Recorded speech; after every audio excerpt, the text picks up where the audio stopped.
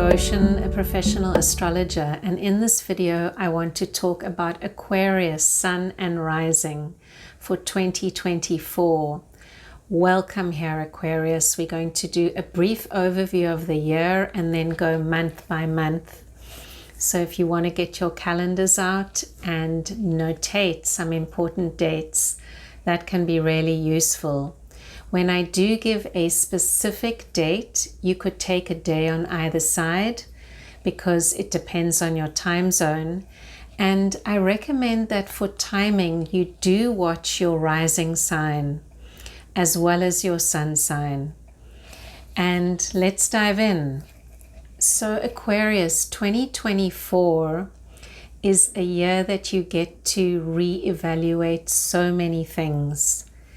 During 2023, especially if you're in early Aquarius, born around 21st of January, 22nd, maybe the 23rd, or if you have an early Aquarius ascendant, 0 Aquarius, 1 degree, and so on, you've really started to feel this energy for transformation coming in. And sometimes it's a little bit uncomfortable because what's happening is the planet Pluto has been slowly entering your sign, then going back to the previous sign. And it's been doing that on and off for a couple of years. And throughout 2024, this is going to continue until November, when it finally enters Aquarius, where it's going to be for many, many years, encouraging you to step up, to empower yourself, and to make those changes that you've always wanted to make but haven't quite got there yet. And this is how Pluto works. If we don't use its energies mindfully and constructively, it can self-implode, so that we end up in relationships which are about a power struggle, or someone can try to have power over us. And the most beneficial way to use Pluto energies is to take that energy and internalize it. How can I be more powerful? And how can I take control of my financial situation so that it's more stable and more constant? For all of you, Aquarius, you have Saturn, the planet of structure, which is also your ruler, traveling through that area of your chart, inviting you to stabilize your financial situation. Saturn can feel sometimes as if there are restrictions or limitations, but they're there for a reason. They're there to push you to the next stage of your development. And that is to see, yes, while resources are limited right now, that's not going to be forever. And I'm going to use the next 2 years while Saturn moves through that area of my chart to get organized money-wise. I want to have a solid income that can support me and support the lifestyle that I deserve. And Aquarius, for you, it's very much about reorientating your relationship with money. When Pluto and Saturn are activating your sign at the same time, it can sometimes feel as if there are too many changes going on, that like you're having to let go of things. And this is positive because without that, you wouldn't be pushed to the next level. And part of what's going on is to realize that you can let go of any self-limiting beliefs in terms of how much money you bring in, how much money you can earn, what kind of job you can have to support yourself in a way that is comfortable. And the stresses that you've been experiencing either at home or at work over the last few years, when Saturn was traveling through Capricorn and traveling through Aquarius, are now about getting to a stage where you realize, I can make changes, I can consolidate, and I can do things differently. Because for you, Aquarius, you're a fixed sign. And if you have Aquarius rising, there's a fixed nature to your personality that enjoys and thrives with stability. And yet for some reason, often your life seems to have a chaotic element that comes in every now and then. And what's going to be happening in 2024 on into 2025 is you being invited to stabilize those areas of your life which will benefit you. And you're going to be helped tremendously. You've had Jupiter moving through the house of the home, and it will continue to be there until the end of May 2024, making home a refuge for you.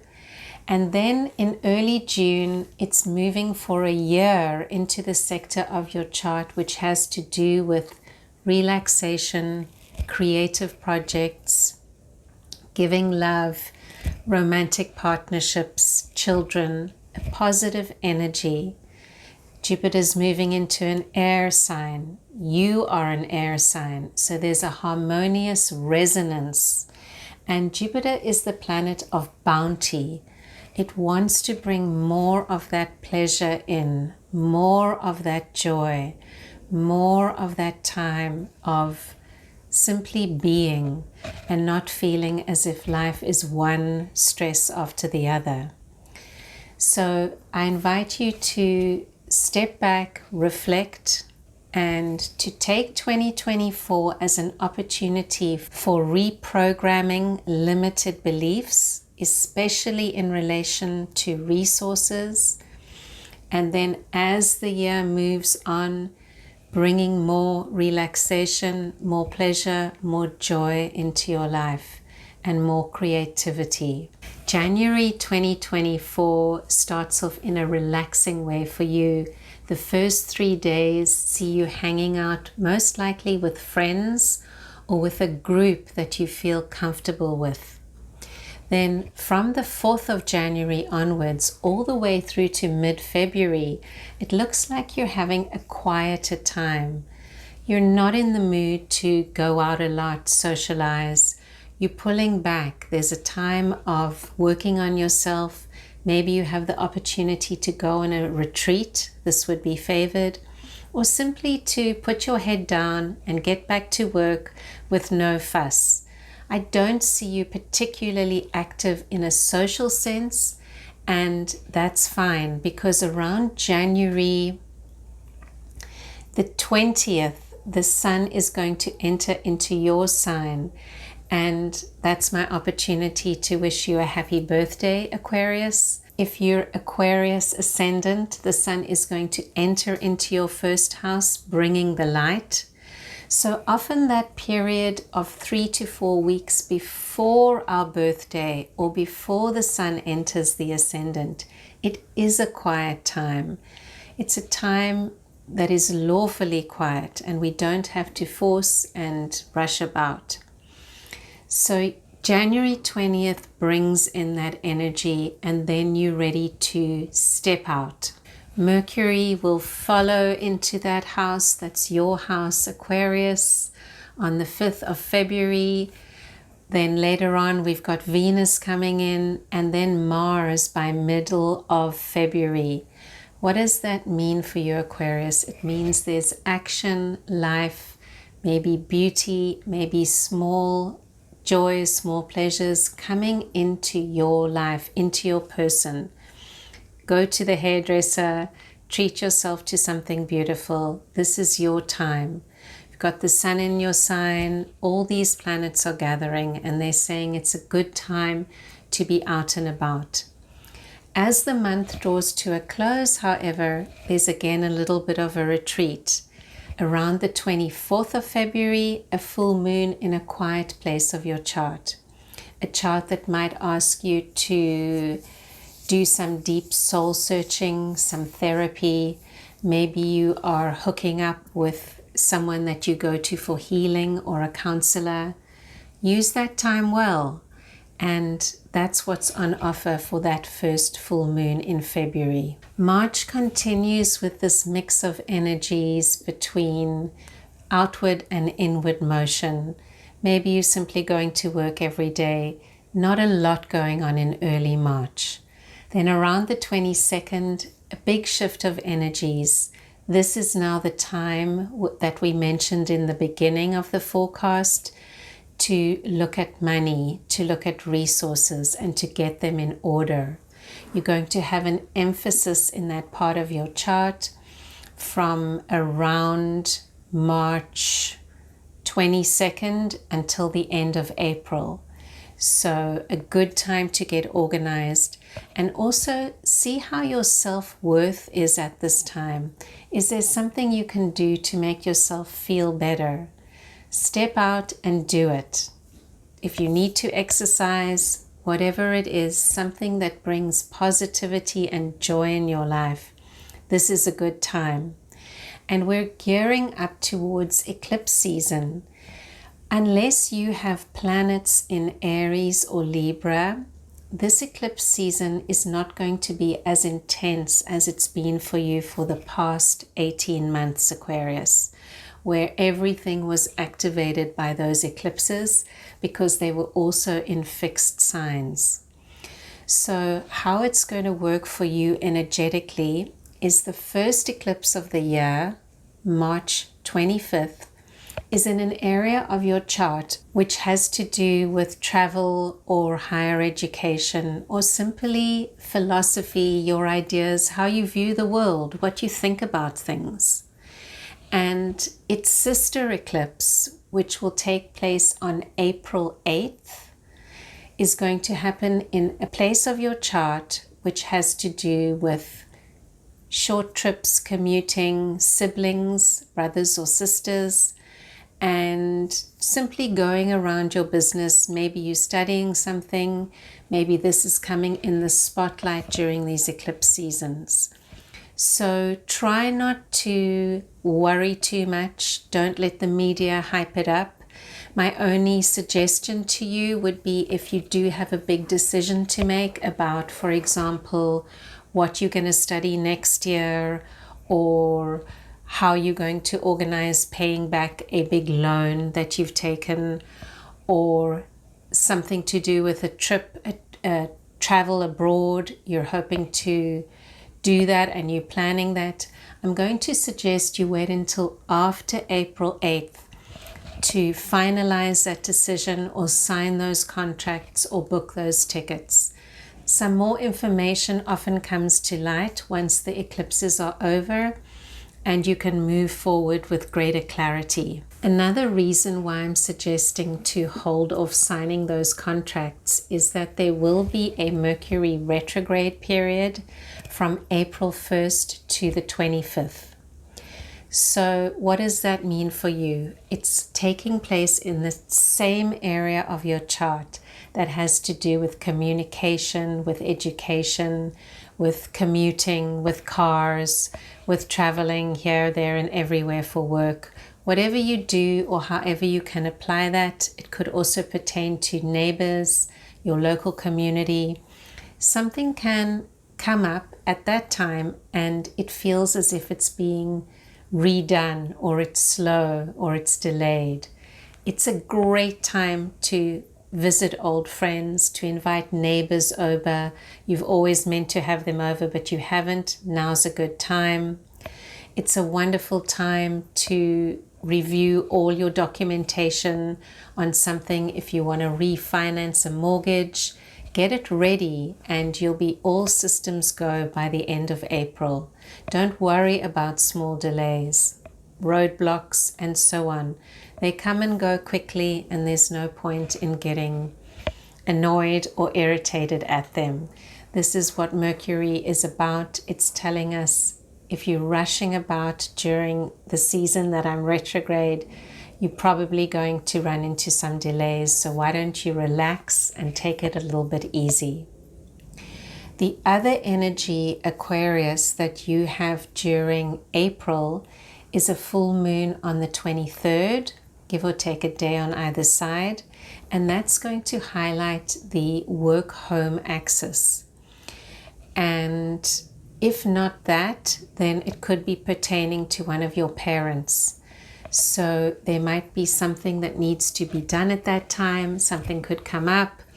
Work could be showing you something that comes to fruition, to fulfillment. And you want to be aware, how can you shift and appreciate and use this energy? Because in astrology, we are always being shown the way. We just have to listen to the situation and really follow it. And why I'm also mentioning the home is that in the build-up to that full moon, there's going to be a very powerful planetary combination when two planets get together and they combine their energies to bring something new into the world. And those two planets are Jupiter and Uranus, and they're going to be dancing in your house of the home. A wonderful time to clear out old junk. It's a time where innovation is favored and something new wants to come into the home. It cannot come in if it's clogged up with memorabilia, things from the past, things you're holding on to, clothes that you haven't worn for more than 10 years. Give them away. Clear out, let the fresh air in, and allow that Jupiter-Uranus energy, which is wanting to just throw caution to the winds for a change. Let it come in, let it clear the house, and something new is going to arrive if you are in tune with that energy. May continues apace, and you're building up to May 23rd, where there's a beautiful full moon in the house of friendships and groups. So have some people over, celebrate. You are Aquarius, you are the sign of the group, and you are belonging to certain groups. It's your time of year to get together with them. After that, around the 26th of May, we have that major move of Jupiter changing signs. This happens approximately once a year. So every 12 years, Jupiter will enter into a sign. Now it's moving into Gemini, and this is that area of children. Some of you may be getting pregnant at this time. Some of you may be getting married at this time. You may be meeting a new lover. For others of you, this can be a very creative time. Finally allowing yourself to spend more time doing what you love, and also simply spending time with your children, or spending time walking in nature and connecting to the earth. Jupiter is going to spend a year in that part of your chart, and the only thing that you have to watch out for is not getting bogged down in the details if you are undertaking a creative project like writing. There's a lot of energy coming in with Jupiter. It always expands. So you just want to make sure you don't get lost in too many details, which can be a tendency when Jupiter is traveling through this part of the zodiac. June begins with a lovely new moon in that area of your chart we've just been speaking about. Creativity, children, lovers, love given. So plant some seeds there. This is now a fertile time. Then after June 9th, energy comes into the home again. I see someone coming to visit you, someone coming to stay. There's movement there, there's energy there. Maybe you're deciding to do a small renovation project. If it's summertime, you're in the northern hemisphere, a great time to put some energy into the garden, energy into the house. The next measurement to note is at the very end of the month, June 29, June 30th. That whole week, we see your ruling planet appear to turn around from Earth, slow down. That means for you, it would be a good time to take some kind of a slowdown. Take a few days off work if you're able to, and simply relax and see what comes up. Things may come up from March of 2023 at this time, especially concerning resources. So pay attention to that. Something needs to be looked at and may need a slight adjustment moving forward for the second part of 2024. July looks like there's a lot going on. We've first of all got a new moon in the area of your chart focusing on health. So great time to have your teeth cleaned, great time to check up on your fitness level. Maybe you're going to join a gym, start a new yoga class at this time. We've also got money. We've also got energy coming into your house of relationships during July when Venus enters that part of your life. So maybe you're going to meet someone. Maybe it's just going to be a pleasant time where you're connecting with people who you are in partnership with, who help you, and there's generally a flow in an existing relationship if you're in one. The final energy that I'm seeing in July is again activation in the house of creativity. And I can hear some of you saying, look, I'm not creative, I don't have a hobby, I work a lot and I just don't have time for that. 2024 is your year. All of you are good at something you used to do in high school, something that you've let slip. Maybe you're good at gardening. Maybe you're good at knitting. Maybe you're good at baking. Something that gives you pleasure. Technology is another real strength of Aquarius people. You know, going online, making movies, doing creative projects. Let that come in July.